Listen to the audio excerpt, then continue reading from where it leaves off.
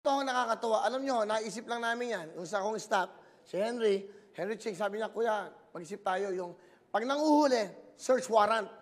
Dahil nakakulong tayong lahat, naka-lockdown at naka-quarantine, gumawa kami ng search warrant. Hinahanap namin yung mga naka-quarantine. Kaya sinesearch namin yung mga galing na pamilya, na magaling umartes, sumayaw, o ano man ang talentong meron kayo. Pero ngayon, tigta 10,000 kayo. Panoodin nyo, napili namin, libo ang padala. Sa TikTok, ganun-ganon, cute. Okay, pati nga si Secretary, nag-TikTok. Kaya lang, walang 10,000 yan. Dito, sa search warrant, may 10,000. Panoodin nyo po sila. Watch this. Sabi ng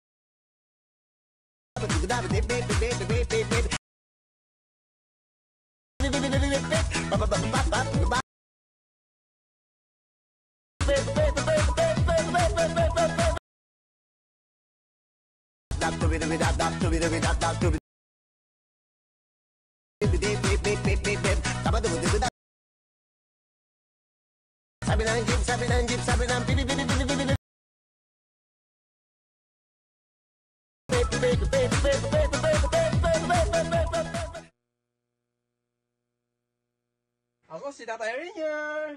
Ako si Mama Rowena. Ako si Rayo, panganay. Ako si Rico, ang bunso.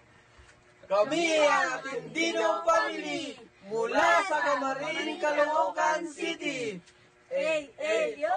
Yeah!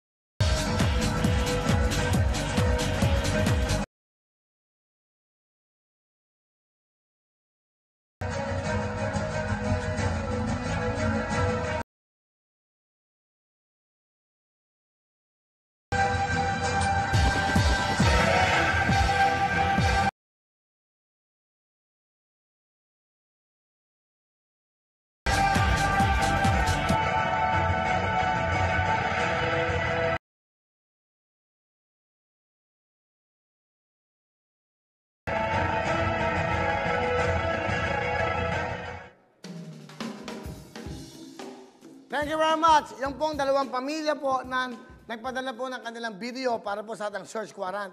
Nakita nyo, kahit nakakulong kayo, may napagkakabalahan kayo. Katulad ng anak nyo, asawa nyo, may talent kayo sa juggling. Hindi ba? So, di ba? Marami ho eh. Meron pang lesson eh. Meron pa yung nagsasabi kung ano tama. Yung unang pinakita ng pamilya, yung po yung Raksa family, sila naman ho yung nagsasabi na ito ang dapat yung gawin. So, may aral po lahat ng ito. Pwede kayo magdrama. So, ito po ang dalawang pamilya sa search warrant.